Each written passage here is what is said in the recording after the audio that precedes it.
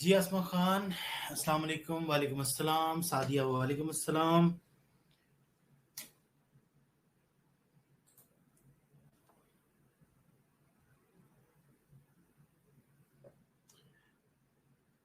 Hope so कि आप लोग सब ठीक ठाक होंगे, खैर खैरियत से होंगे।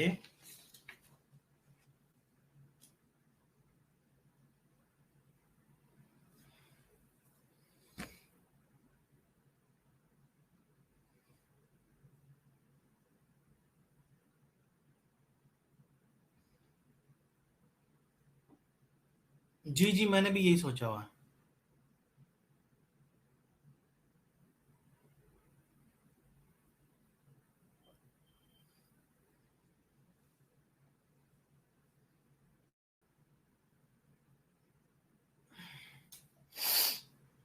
हम्म, क्या मतलब है आपका, सादिया?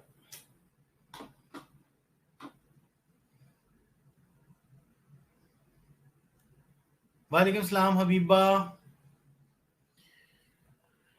हम्म।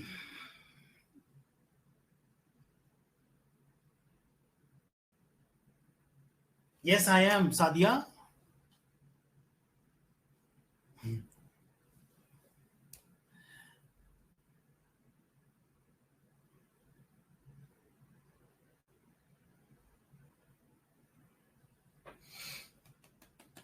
वालेकुम सलाम नीलम, आयशा। वालेकुम अस्सलाम आबिदा। यो, यस आई एम।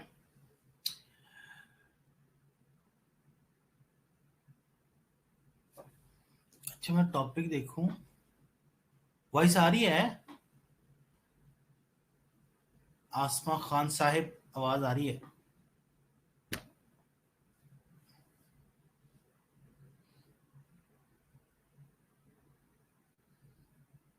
हम्म, बताइए, आवाज आ रही है सबको? काइंडली कंफर्म कि आवाज आ रही है। यस आ रही है। सादिया को तो आ रही है भाई। And what about?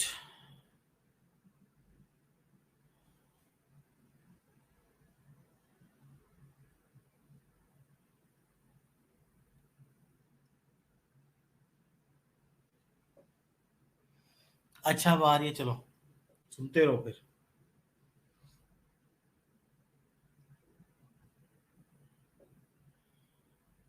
कितने लोगों का? 5 का। हाँ जी, वो ग्रुप में पूछते थे। सादिया आज फॉर्म में है जी सादिया? डेयरी फॉर्म में है कि कौन से फॉर्म में है? या फिश फॉर्म में है?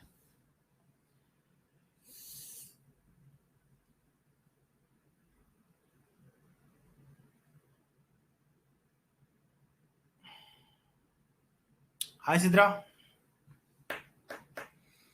सिद्रा जमील।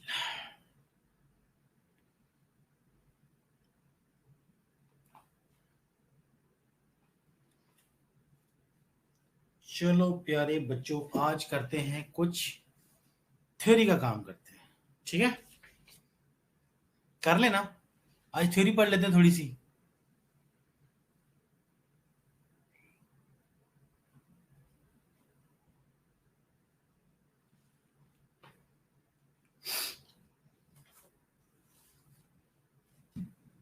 एक मिनट रुको जरा, मैं देखूं यहाँ पे फाइल अगर हमारी। जी सहर, वालेकुम अस्सलाम। शफकत मामू जिंदाबाद। हाँ यार, क्या कर सकते हैं।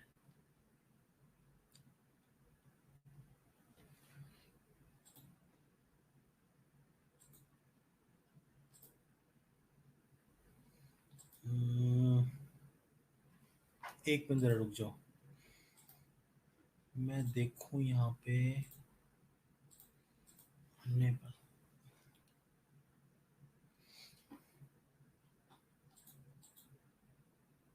मैंने ना डेफिनेशंस लिखी हुई थी।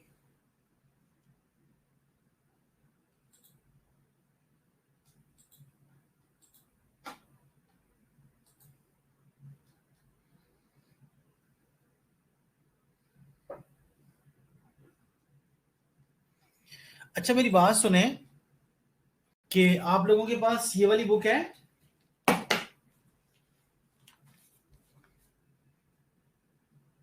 This one.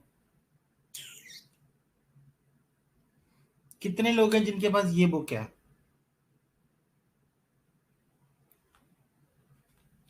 के एस नेगी वाली बुक, बायोस्टैट के एस नेगी। ये बुक किसके पास है, किसके पास नहीं है? नहीं है? आपदा के पास तो नहीं है भाई। नीलम आयशा नहीं है। अगला आंसर भी नहीं है, मुझे पता है। आजो आजो आजो, देखा, ये पता था अगला आंसर भी नहीं है।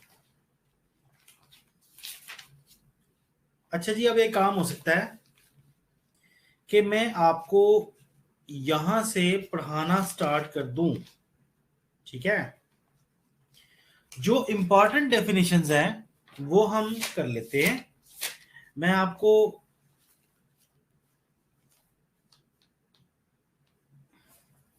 लिख के बता दूंगा, यहाँ पे बोर्ड आपके सामने आ जाता है। आप जस्ट उसको देख देख के ये डेफिनेशन साथ साथ नोट करते जाएं, ठीक है? ये सही रहेगा, क्या ख्याल है? Excuse me.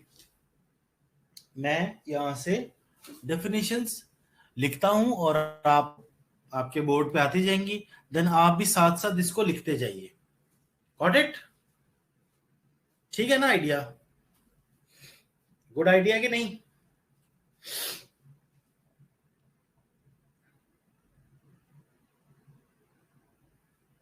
गुड आइडिया ना? कनेक्शन इशू किसका? आपकी तरफ इशू होगा ना, मेरी तरफ तो नहीं आ रहा।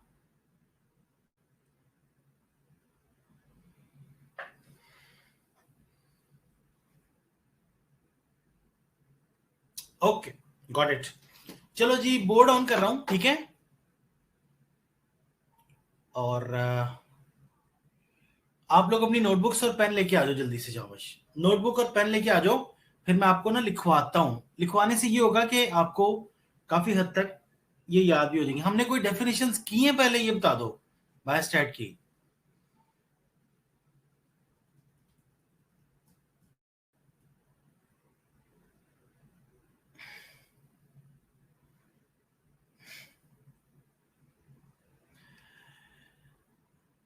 हबीबा,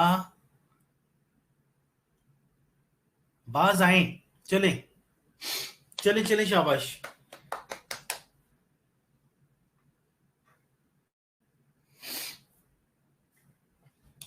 आप लोग अपनी नोटबुक्स और पेन लेके आ जाओ। कोई बात नहीं, हम साथ साथ कर लेते हैं, हम ना डेफिनेशन सारी साथ साथ कर ले हैं, हम पढ़ भी लेते हैं। आज वर्ल्ड, ये देखिए, आज वर्ल्ड एड्स डे है, इसलिए हमने रेड लगाया हुआ है। और जिस दिन ब्रेस्ट कैंसर डे होता है उस दिन हम पिंक लगाते हैं, पिंक रिबन। ओके,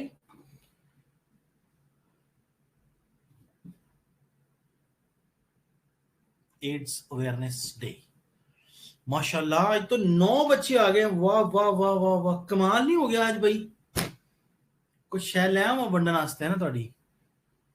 आज तो कुछ बांटना चाहिए भाई।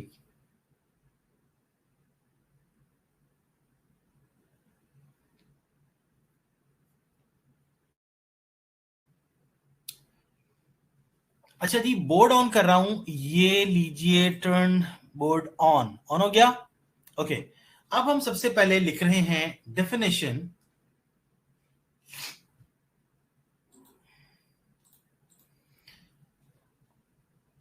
हाँ जी, मुबारक। Absolute value. ओह, कीबोर्ड कौन सा पकड़ लिया?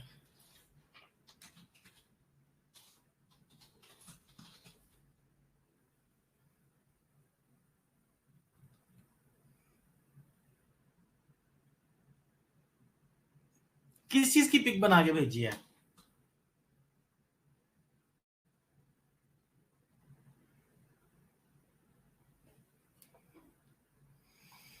कहां पे? ओके ओके ओके ओके, ठीक है मैम ज्वेदा, वेलकम टू द लेक्चर। अच्छा जी, एब्सोल्यूट वैल्यू की डेफिनेशन लिख रहा हूं, ठीक है। The positive value of a number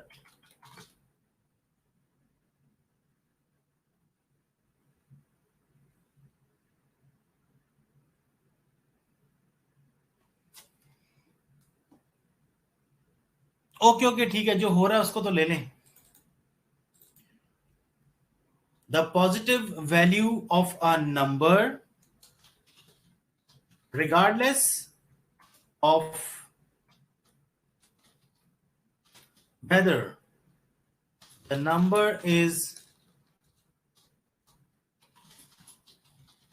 positive or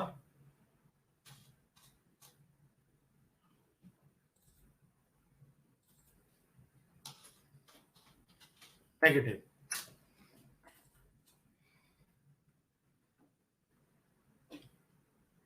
ठीक है जी, एब्सोल्यूट वैल्यू की क्या डेफिनेशन है? The positive value of a number regardless of whether the number is positive और नेगेटिव। जो पॉजिटिव की स्पेलिंग सही कर लीजिएगा। अगर किसी भी वैल्यू का नंबर पॉजिटिव नंबर हो, यानी उसको नेगेटिव ना हो उसमें,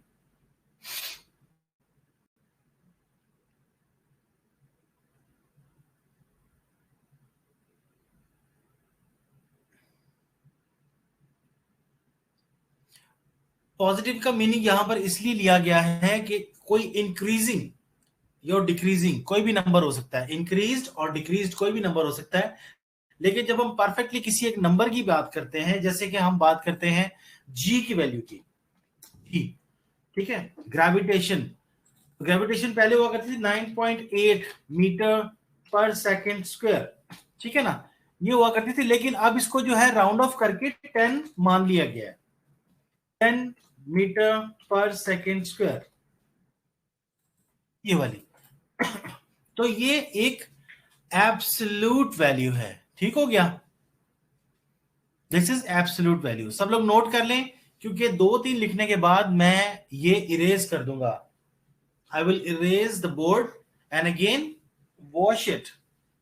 फिर हम लोग अगले पे जाएंगे ना, व्हाइट बोर्ड सेकेंड ओपन कर लेंगे।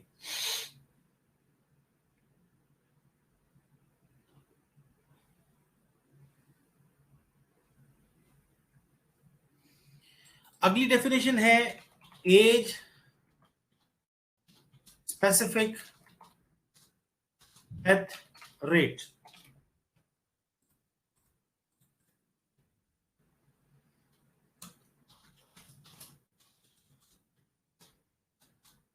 नंबर ऑफ डेथ्स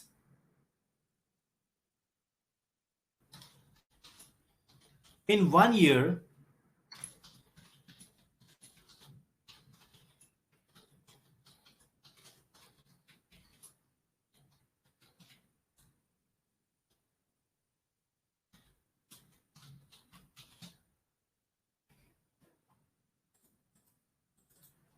ये देखिए, age specific death rate, number of deaths in 1 year of persons of specified age group पर 1000। 1000 में से किसी एक स्पेसिफिक एज ग्रुप के लोगों की डेथ मालूम करना, that is called, good evening Ronald, उसकी एज ग्रुप मालूम करना, that is age specific death rate. किसी एक स्पेसिफिक एज ग्रुप के पर 1000 कितने लोगों की डेथ हुई है, एक्सपायर हुए, तो वो उनको हम बोलेंगे एज स्पेसिफिक डेथ रेट। ठीक है जी, आगे as specific fertility rate.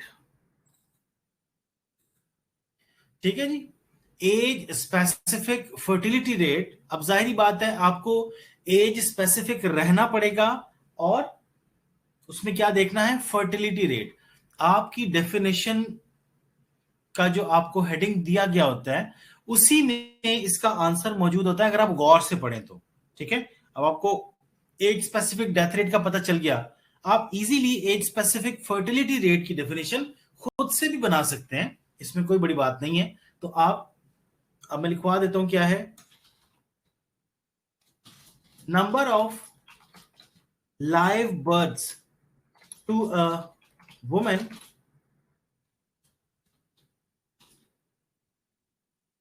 of particular age group per 1000।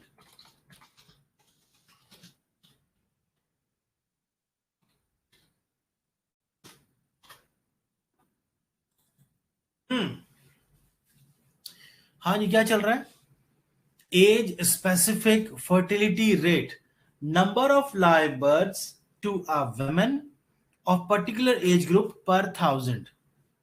एक तो दो तीन शर्तें हैं जी इसमें, दो तीन कंडीशंस हैं। One is number of live births होनी चाहिए, ठीक है, जितनी भी लाइव बर्थ्स हुई हैं वो गिनेंगे, to a women of particular age group, उस लेडी का, उस वुमेन का एक एज ग्रुप से ताल्लुक होना चाहिए। जैसे हम कहते हैं भाई कि 25 to 35, इस एज ग्रुप के दौरान किसी खातून की पर 1000, यानी उस सिटी में पर 1000 में से कितनी लाइव बर्थ्स हैं एज स्पेसिफिक, यानी उस एज ग्रुप की खवातीन की कितनी बर्थ्स हैं, तो वो आपको एज स्पेसिफिक फर्टिलिटी रेट पता चल जाएगा यहां से। ठीक है जी, नेक्स्ट हमारी डेफिनेशन है जी अल्फा। अल्फा किसे कहते हैं, the probability of type 1 error. ठीक है, the probability of a type 1 error, type 1 error अकर होने की कितनी प्रोबेबिलिटी है, यानी कितना चांस है कि कहीं पर टाइप 1 की प्रोबेबिलिटी होगी। टाइप 1 एरर की प्रोबेबिलिटी को हम अल्फा से डिनोट करते हैं, अल्फा से जाहिर करते हैं।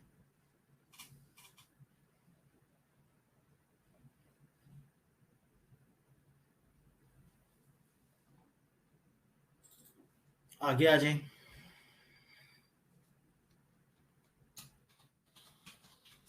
Alternative hypothesis. लीजिए जनाब, आपने अगर हाइपोथेसिस का टॉपिक डिटेल में पढ़ लिया हुआ है तो ये बात आपको बड़ी आसानी से समझ आ जाएगी, और अगर नहीं पढ़े तो मैं आपको बता देता हूं कि हमारे पास दो चीजें होती हैं। One is selected hypothesis, that is H not, और एक होता है ऑल्टरनेटिव हाइपोथेसिस। ठीक है, एच नॉट क्या होता है, the thing which is lying, जो कि ऑलरेडी पहले से मौजूद है, अगर हम उसको एज इट इज एक्सेप्ट कर लेते हैं कि भाई हाँ ये तो ठीक बात है, तो वो एच नॉट है। और अगर उसके अगेंस्ट कोई चीज और आ जाती है, हम कहते हैं नहीं एच नॉट जो है वो ठीक नहीं है, then we must have to move towards alternative hypothesis, हमें एक ऑल्टरनेटिव की तरफ जाना पड़ता है। ठीक है, ऑल्टरनेटिव की तरफ जब आप जाते हैं, इसका मतलब है कि आप अपने एच नॉट को, यानी कि पहली वाली बात को क्या कर रहे हैं, रिजेक्ट कर रहे हैं। आप अपनी पहली बात को रिजेक्ट कर रहे हैं, जब आप उसे रिजेक्ट करते हैं तभी आप ऑल्टरनेट की तरफ जाते हैं। एक आसान सी बात समझ लें, आप किसी ड्रेस की शॉप में गए, आपने पहले एक सूट पसंद कर लिया, बट थोड़ी देर बाद आपकी नजर जो है ना बाहर निकलते वक्त एक और सूट पे पड़ गई। अब वो आपको ज्यादा अच्छा लग रहा है, लेना आपने एक ही है, तो एक वक्त में आप एक को सिलेक्ट करोगे और एक को रिजेक्ट करोगे। In the same way alternative hypothesis क्या करता है, ये आप इसको जब सिलेक्ट कर लेते हैं तो आप एच नॉट को, यानी कि बेसिक हाइपोथेसिस को रिजेक्ट कर रहे होते हैं। इस पर मजीद बात कर लेंगे, लेकिन आप इसकी डेफिनेशन सुन लें। A hypothesis that is accepted by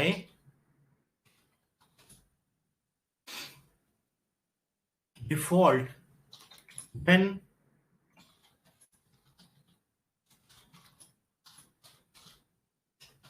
rejected.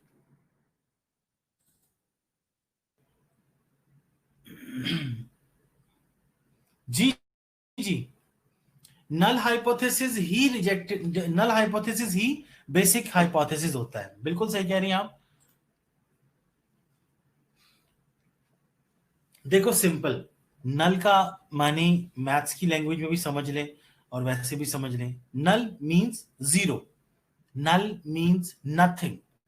If you talking about nothing, तो हमें ये पता चला कि भाई जैसे पैनाडोल है, ठीक है, एग्जांपल लेते हैं। पैनाडोल में एक टैबलेट है, हमने कहा जी पैनाडोल टैबलेट जो है वो बहुत अच्छी है, लेकिन कुछ अरसे बाद हमने देखा कि पैनाडोल एक्स्ट्रा आ जाती है। फिर हम ये कहते हैं नहीं नहीं नहीं नहीं, पैनाडोल के बजाय जो पैनाडोल एक्स्ट्रा है वो ज्यादा अच्छी है। मिसाल दे रहा हूं, वो ज्यादा अच्छी है। तो हम क्या करेंगे, हमारा जो नल हाइपोथेसिस, जब हम पैनाडोल के साथ खड़े थे हम कहते थे बहुत अच्छी है, उस वक्त हमें ऑब्जेक्शन हमारी जीरो थी। That is why that was null hypothesis, यानी हमारा उसके बारे में कोई हाइपोथेसिस नहीं था, कोई मफरूजा नहीं था उसके बारे में, बस यही था कि ये ठीक है। ठीक है, मफरूजा तो तब होता है जब हम कोई रिसर्च करना चाह रहे होते हैं। तो जब हम हाइपोथेसिस बनाते हैं कि नहीं ये वाली नहीं, ये जो एक्स्ट्रा वाली है इसकी तरफ चलते हैं, फिर देखते हैं कि क्या है। तो हम जब उसकी तरफ पैराडोल एक्स्ट्रा की तरफ गए, then we rejected the null hypothesis. उसके बाद हमें सैंपलिंग की तरफ जाना पड़ता है। हम देखते हैं कि जी हमें उसका पॉपुलेशन में से सैंपल कलेक्ट करना है, देन हम उसके लिए मैथमेटिकली इसको प्रूव करते हैं। और ये बात याद रखिएगा, हाइपोथेसिस, नल हाइपोथेसिस और अल्टरनेटिव हाइपोथेसिस दोनों मैथमेटिकली ऑपोजिट्स होते हैं। ठीक है, एक की वैल्यू गिर रही होती है, दूसरे की इंक्रीज हो रही होती है। बात समझ आ गई? यानी कि दोनों मैथमेटिकली एक दूसरे के राइवल्स हैं, एक दूसरे के ऑपोजिट्स हैं। आप इन अ वे आप कह सकते हैं दीज आर इनवर्स प्रोपोर्शंस। ठीक है, एक डायरेक्ट प्रोपोर्शन होता है, एक बढ़ता है तो दूसरा भी बढ़ता है, बट इनवर्सली प्रोपोर्शनेट में क्या होता है, एक वैल्यू कम होती है तो दूसरी बढ़ती है। इसमें तो एक नेल हो जाती है।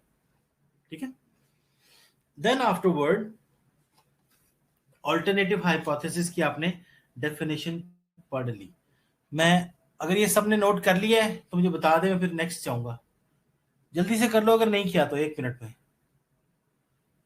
स्क्रीनशॉट ले लो यार, बाद में करते रहना।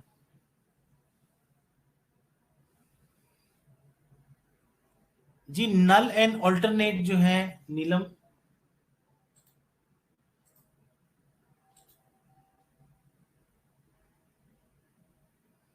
नल एंड ऑल्टरनेट एक दूसरे के राइवल्स हैं, एक दूसरे के ऑपोजिट्स हैं। ठीक है, डन, चलो गुड हो गया।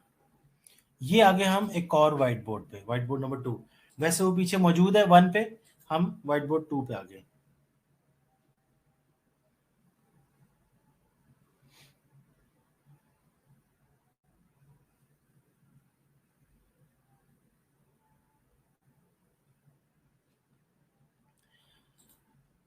नेक्स्ट है जी, किधर गया पेन,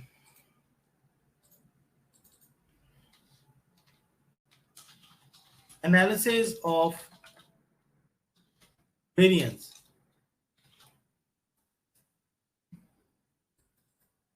इसको हम एनोवा भी कहते हैं। ठीक है, दिस थिंग इज, हाँ जी यूनिवर्सली है। ठीक है, एनोवा, एनोवा मींस सबसे पहले जो है वो एनालिसिस है, फिर O for of and V A for variance, analysis of variance. Definition देख लेते हैं जी इसकी।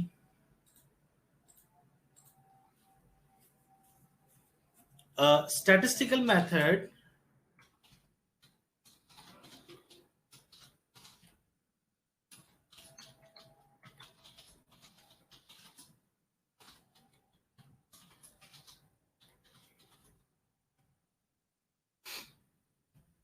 ये लो, डेफिनेशन है statistical method of breaking variance into components. ठीक है, जब हम वेरिएंस मालूम कर लेते हैं तो उसके कंपोनेंट्स में डिवाइड करने का नाम एनालिसिस ऑफ वेरिएंस है। यानी हम बेसिकली इसमें वेरिएंस का ही एनालिसिस कर रहे होते हैं।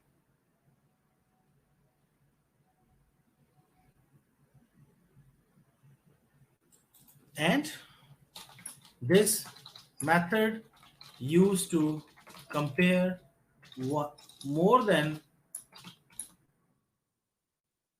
2 or 3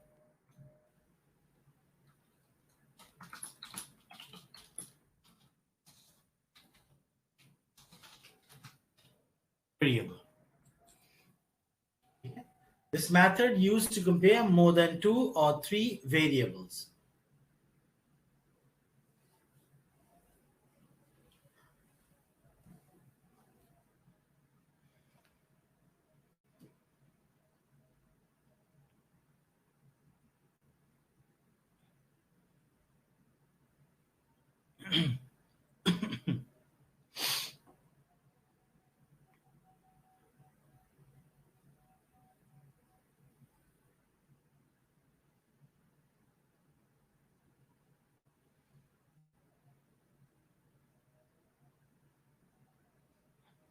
अच्छा जी, next definition is a track rate.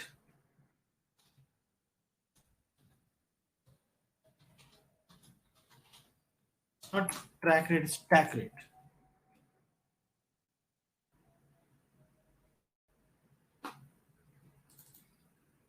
Define कर रहा हूं इसको। Number of new cases of a disease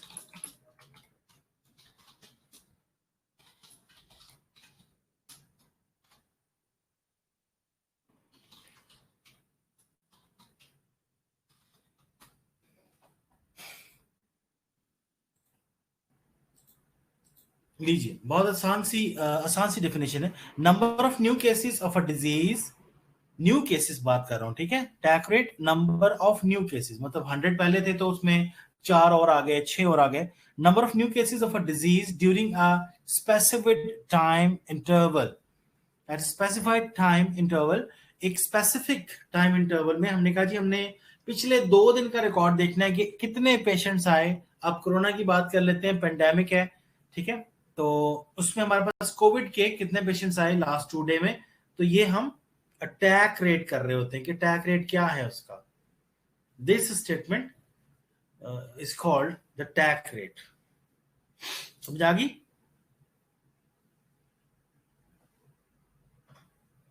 हम इसकी ना परसेंटेज इंक्रीज देखते हैं, लिख देता हूं। We observe the percentage increase in attack rate. हम परसेंटेज इंक्रीज देखते हैं किसी अटैक रेट में।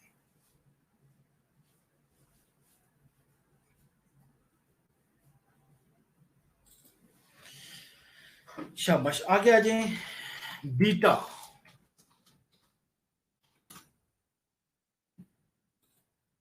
अल्फा आपने पढ़ा था, बीटा आपको बता देते हैं। अल्फा क्या था? The probability of type 1 error, and now beta is the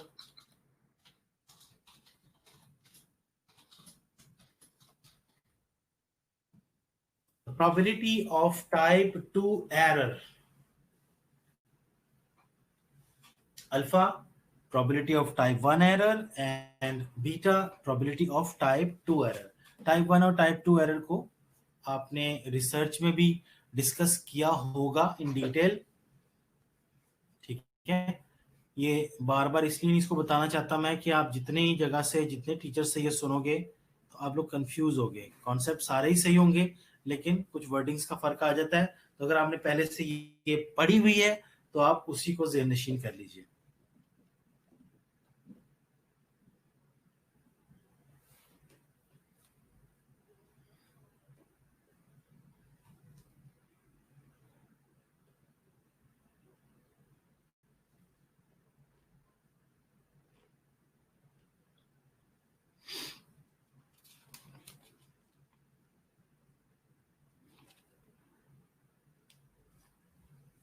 चलिए नेक्स्ट है जी बाइनरी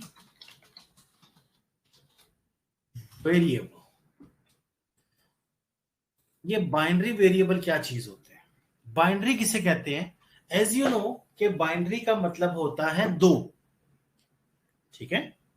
बाइनरी का मतलब होता है दो, binary system, base 10 system. So we are talking about the binary variables, ऐसे वेरिएबल्स जो दो होते हो। कैसे?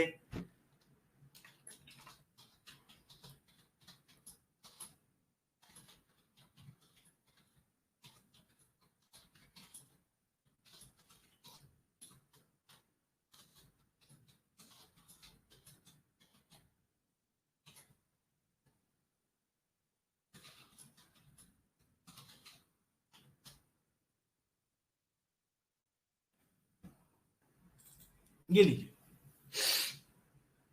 a characteristic that is assessed only as present or absent, yes or no, male or female।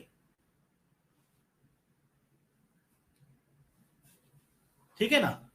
आपको इसमें दो ही वेरिएबल्स नजर आएंगे, तो जो वेरिएबल दो ही होते हो उनको हम बाइनरी वेरिएबल्स कहते हैं। वेरिएबल का मतलब ये है कि प्रेजेंट अलग वेरिएबल है, एब्सेंट अलग वेरिएबल है।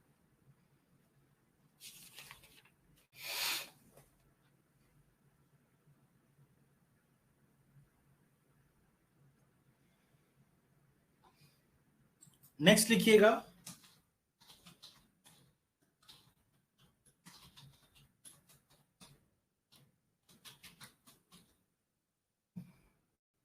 बॉडी मास इंडेक्स, इसको हम बीएमआई भी कहते हैं आसान अल्फाज। बीएमआई के नाम से ये ज्यादा मशहूर है। BMI, wait in KG. अगर वेट इन केजी डिवाइड कर दिया जाए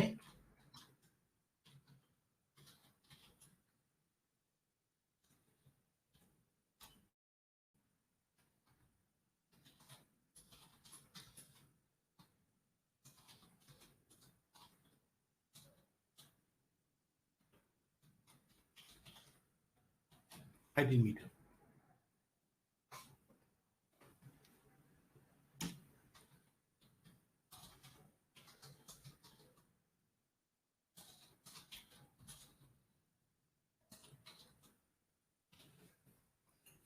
ये लीजिए body mass index. What is body mass index? What is BMI?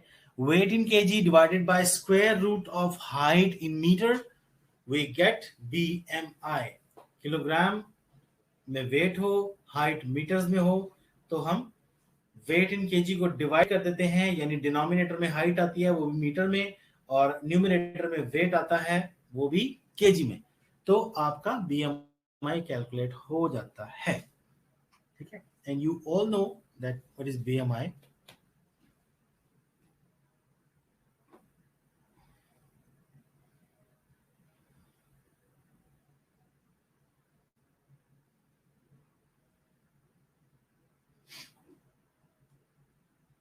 चलिए अब बात निकल ही आई तो आपको बता देता हूं।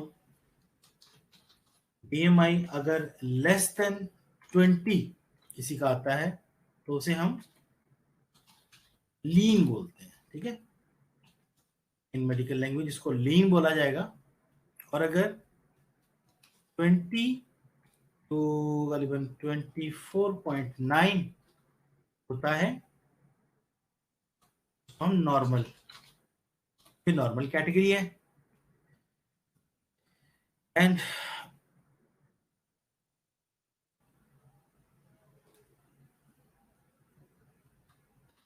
Greater than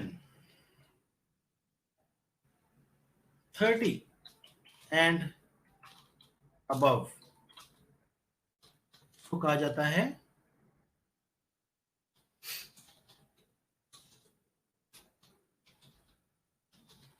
overweight.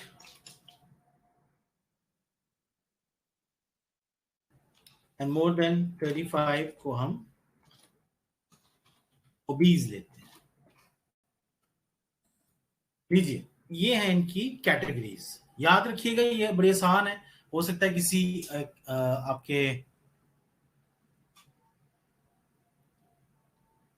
जी मैं फॉर्मूला लिख देता हूं।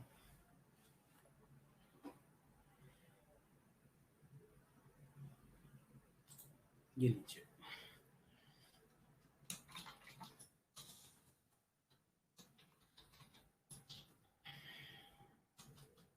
Wait in KG divided by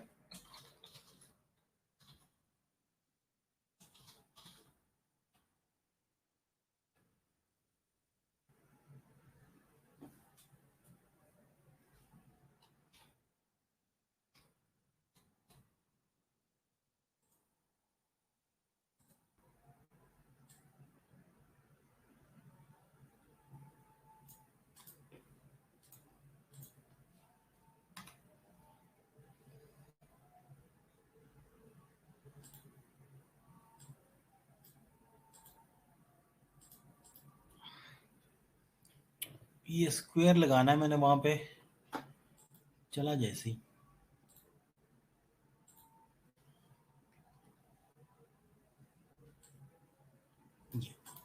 ये है जी formula, weight in KG divided bye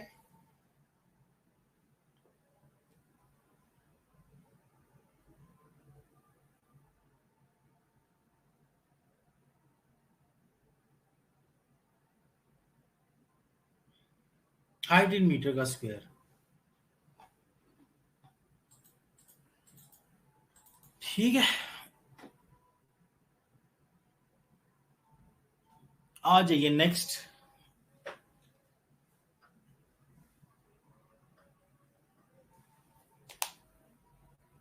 जी बिल्कुल, अपना अपना बीएमआई चेक करें।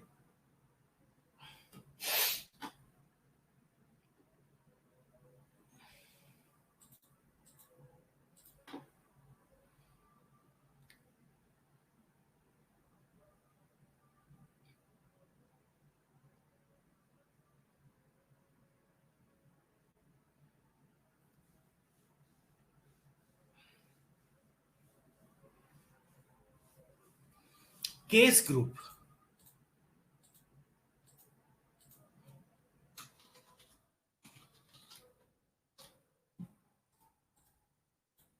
ठीक है जी। ये केस ग्रुप क्या चीज है? The group of subjects that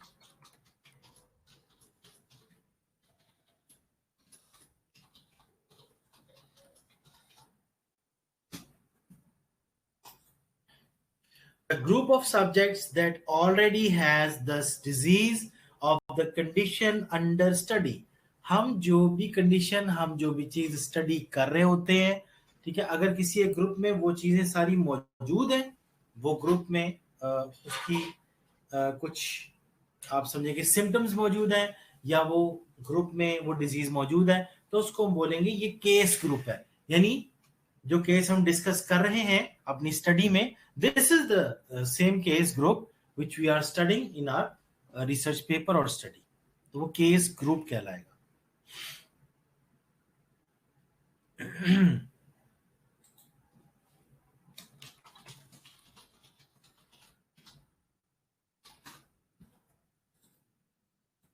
case control study,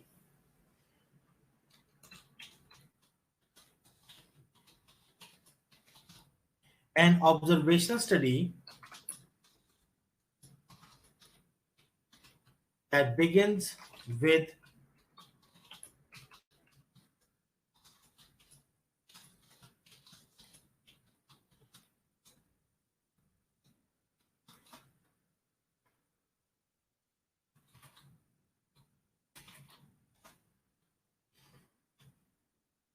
has the outcome। मैं लिख रहा हूँ, डेफिनेशन बताता हूँ।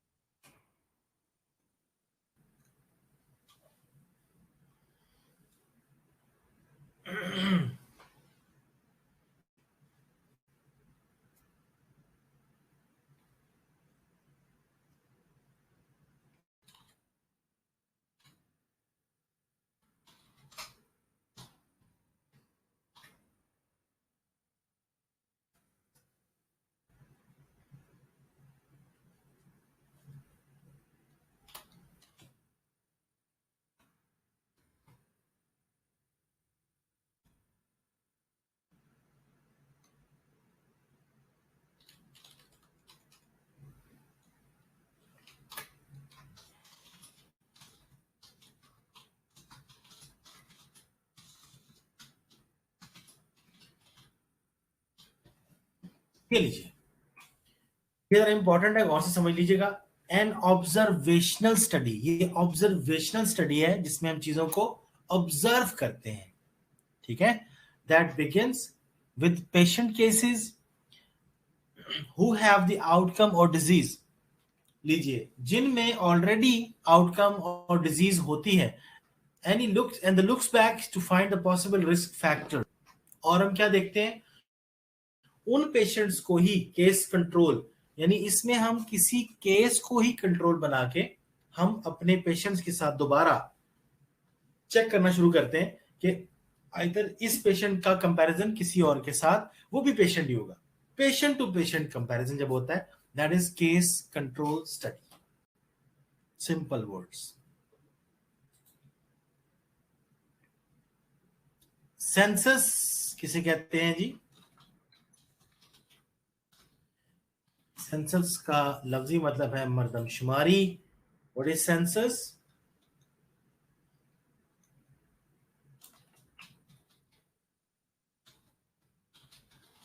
A complete count of population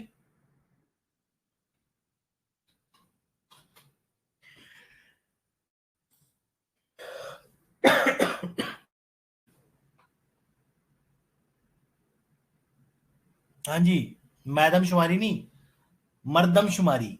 शहर क्या हो गया? मर्दम शुमारी। मैडम शुमारी करेंगे तो वो फिर बहुत कम आएगा, मैडम तो बहुत कम होती है ना।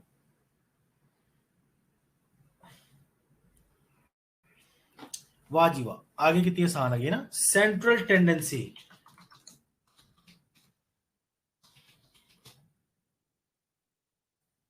क्या होता है जी central tendency? Tendency of a set of values together around a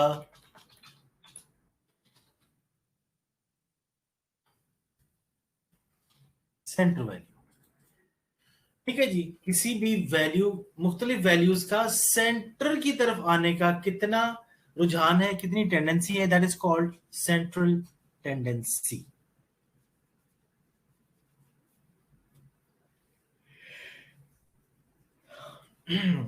अच्छा जी, मोर्टेलिटी रेट, पहले बर्थ रेट था, मोर्टेलिटी रेट।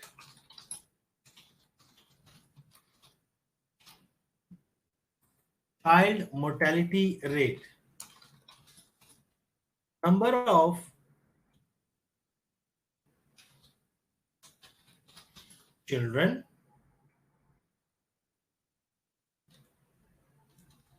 बल्कि आप यूं लिखें, number of deaths below 5 years of age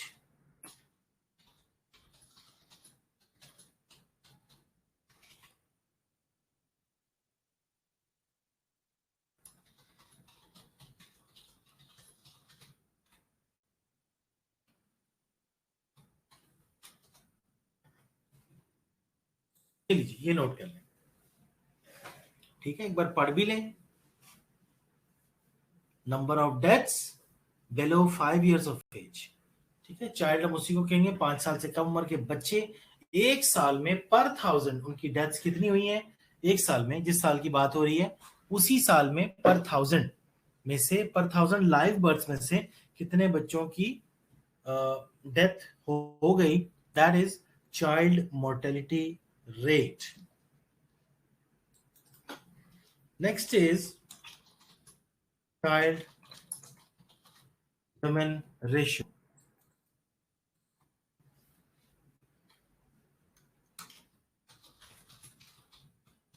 number of children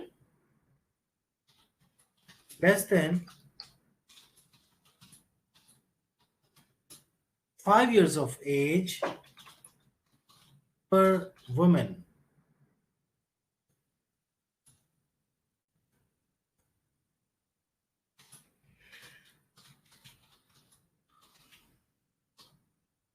of reproductive phase, that is 15 years to 49 years. WHO की guidelines के मुताबिक ये है आपका reproductive phase. Number of children less than 5 years of age, 5 साल से कम उम्र के बच्चे एक खातून के पास ऑफ रिप्रोडक्टिव फेज, उनकी रिप्रोडक्शन फेज में 15 से 49 साल के दरमियान दरमियान जो इनके 5 साल से कम के बच्चे होंगे, दैट इज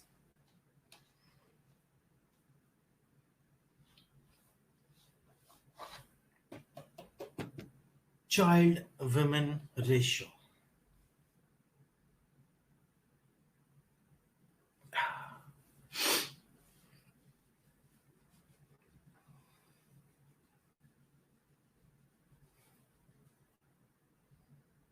ठीक है, ये चाइल्ड वुमेन रेशियो किसी भी स्पेसिफिक ईयर में गिनी जा सकती है।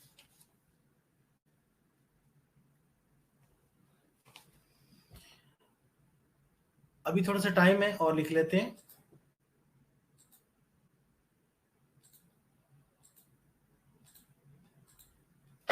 शाबाश। क्लस्टर,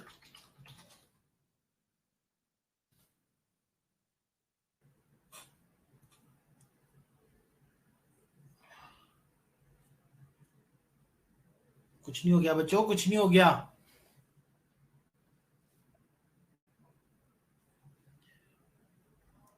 खुद ही तो कह रहे थे यही क्लास हुई है, इसका मतलब आपने पढ़ा ही नहीं फिर।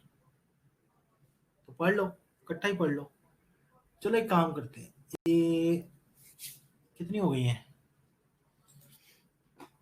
एक,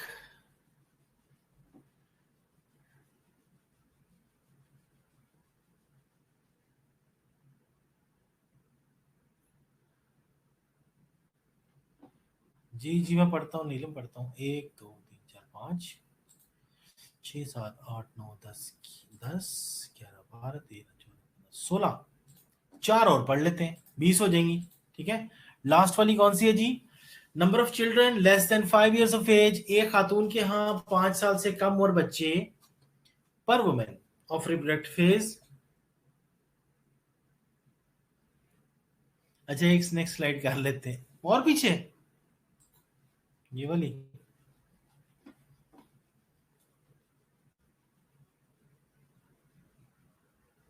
हाँ जी 16 हुई है, तो आपको अभी हम 4 और कर लेंगे ना, 4 और कर लेंगे तो फिर ये पूरी 20 हो जाएंगी। ठीक है, और मैं आपको बता दूं आपके न्यूमेरिकल से ज्यादा इंपॉर्टेंट है ये। ठीक है, न्यूमेरिकल से ज्यादा इंपॉर्टेंट है आपकी डेफिनेशंस एंड एमसीक्यूज।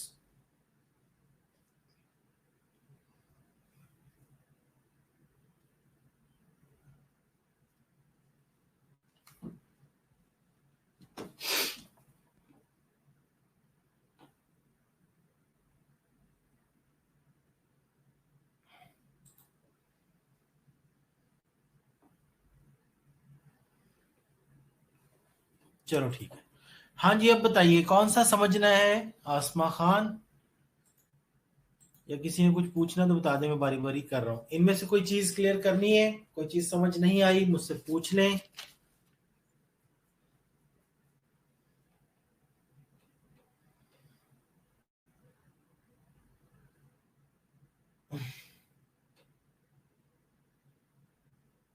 चलो, और इसमें से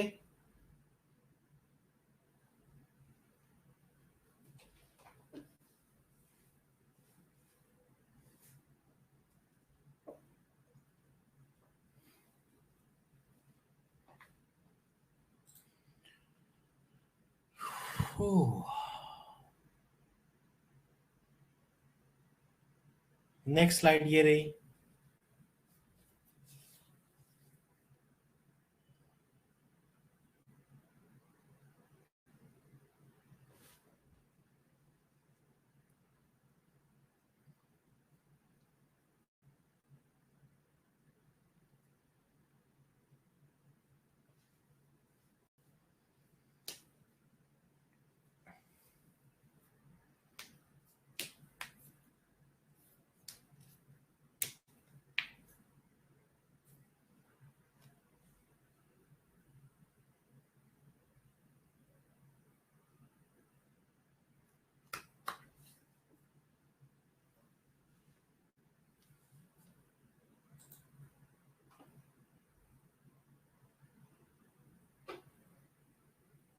इनमें से आप ना ये सारी नोट कर लें या उसका स्क्रीनशॉट ले लीजिए ताकि आपके पास ये आ जाए।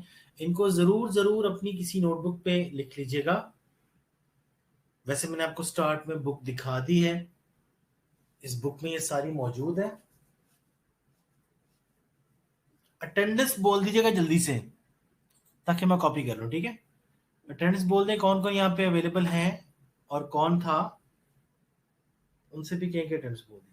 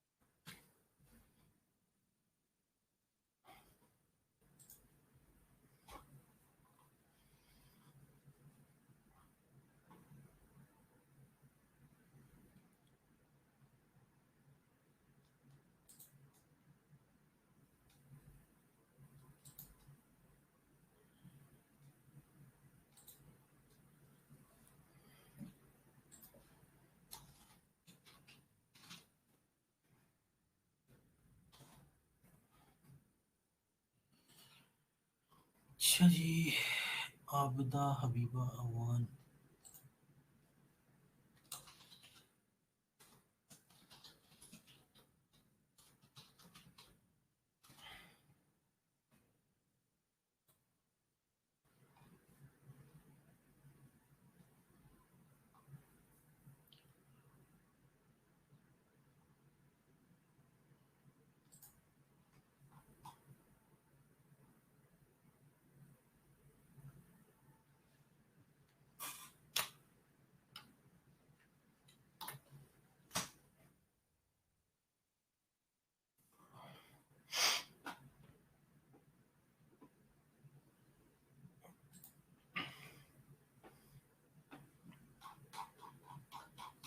ठीक है जी डियर स्टूडेंट्स, अगर आपने ये सारा कुछ देख लिया है, लिख लिया है, देन फिर ओके फ्रॉम नाउ